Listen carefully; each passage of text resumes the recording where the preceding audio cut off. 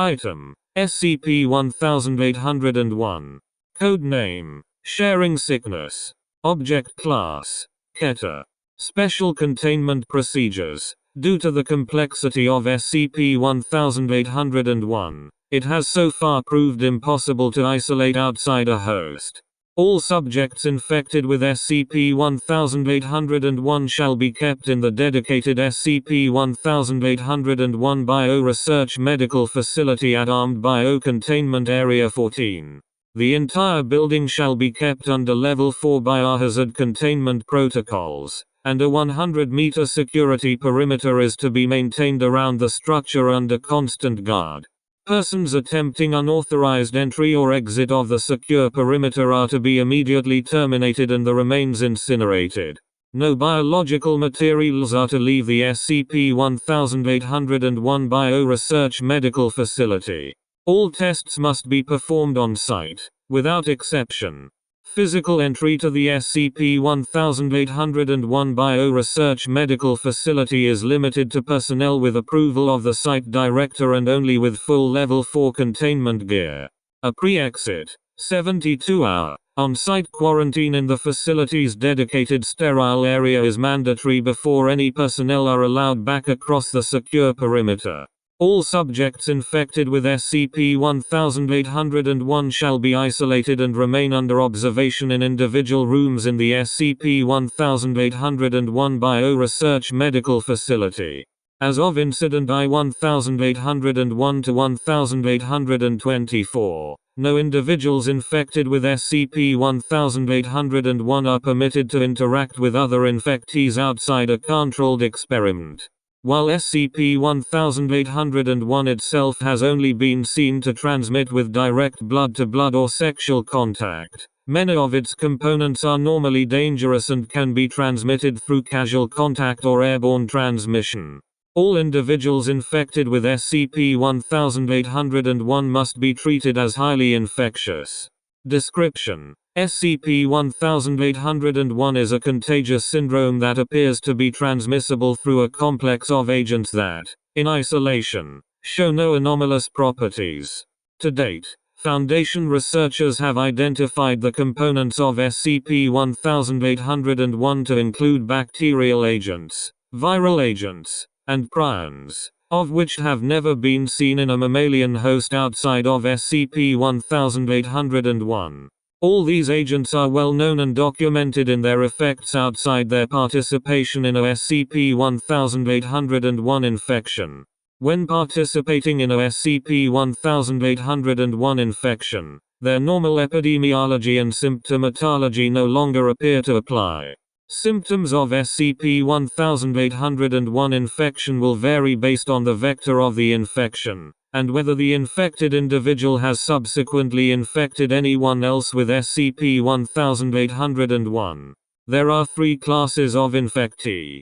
SCP-1801-1, an individual who becomes infected with SCP-1801 through contact with SCP-1801-2 or via, redacted, becomes SCP-1801-1. Despite hosting several strains of bacteria and virus that normally led to fatal infections, SCP-1801-1 will remain apparently healthy and asymptomatic until infecting another individual with SCP-1801. SCP-1801-2, an individual who becomes infected with SCP-1801 through contact with SCP-1801-1 or SCP-1801-3 will become SCP-1801-2. Within 24 hours of infection, SCP-1801-2 will begin showing signs similar to an active infection by Staphylococcus aureus or Clostridium perfringens. However, rather than liquefaction and necrosis, the infected tissues vanish completely. Blood loss is minimal, as blood vessels close off as tissue disappears. Because of this, the victim does not suffer from toxemia or shock, and can survive much longer than typical for such a tissue-destroying infection, usually until vital neural or organ tissue is affected. with the assist of a heart-lung machine and dialysis. One instance of SCP-1801-2 survived 16 days after onset of symptoms and the loss of 80% of muscle mass. All extremities, stomach, intestines, kidneys, liver, as well as the lower mandible, tongue and esophagus. The SCP-1801-2 expired after 30% of brain mass was lost. SCP-1801-3. Once SCP-1801-1 has passed on SCP-1801 to at least one other person, SCP-1801-1 will cease being asymptomatic and begin transition to become SCP-1801-3. SCP-1801-3 will begin showing the onset of irregular mature teratomas. The onset of these teratomas will correspond with the onset of symptoms in the SCP-1801-2 that was infected before the transition. Mass and rate of growth of teratomas in SCP-1801-3 will correspond to the mass and rate of tissue destruction in SCP-1801-2. The rate of growth of tumors may accelerate if SCP-1801-3 infects new individuals with SCP-1801. In this instance, mass and rate of growth of teratomas in SCP-1801-3 will correspond to the collective mass and rate of tissue destruction in all instances of SCP-1801-2 so infected. Genetic tests on teratomas show genetic material from SCP-1801-2 rather than SCP-1801-3. Despite this, no incidence of tissue rejection has been observed. Teratomas growing on SCP-1801-3 show a much higher incidence of complex organ development than is typical. In addition to eyes, teeth and hair, there have been observed a complete kidney, a lung, a complete left hand showing some independent movement, a tongue, redacted. While these growths appear random, they interlink with each other and, in advanced cases, show a circulatory, endocrine, redacted, systems parallel and independent of SCP-1801-3's original anatomy. SCP-1801-3 generally survives until tumor growth obstructs normal organ functioning. In 55% of cases, death is from asphyxiation due to airway blockage or lung collapse. In cases where all associated SCP-1801-2 have expired before SCP-1801-3's tumors have become life-threatening in size, tumor growth will cease and SCP-1801-3 may survive indefinitely before infecting a new SCP-1801-2 and tumor growth resumes. Addendum 1. Incident Report regarding autopsy of instance of SCP-1801-3. Incident I-1801-1824.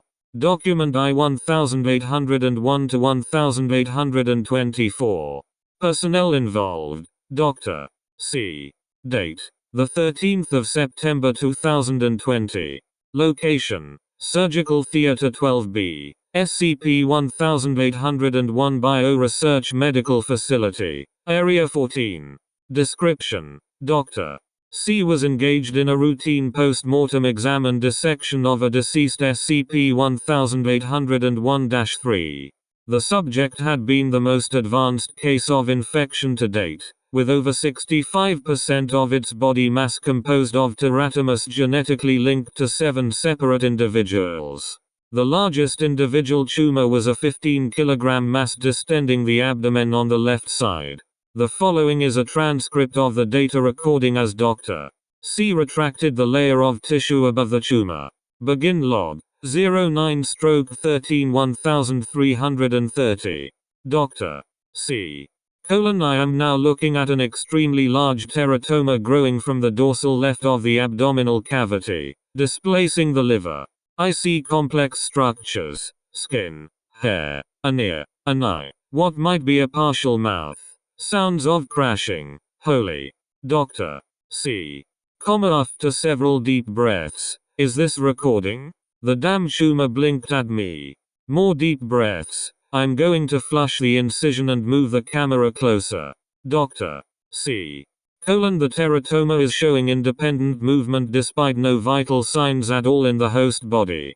It is definitely looking at me. The partial mouth is moving as well. Long pause. I don't believe this. It's trying to say something. SCP-1801-3. Indecipherable. Dr. C. No. SCP-1801-3. Indecipherable. Dr. C. I'm going to move the mic closer. I think it's responding to me. SCP-1801-3. Indecipherable. Others. Dr. C. Others? Other SCP-1801-3. SCP-1801-3. Must. Indecipherable. What we have learned. Dr. C. What have you learned? SCP-1801-3. Indecipherable. We. Indecipherable. You are. Dr. C. Long pause. What are we? SCP-1801-3. Flesh. Dr. C. Continued attempts to communicate, but no further intelligible statements were recorded before the teratoma ceased activity.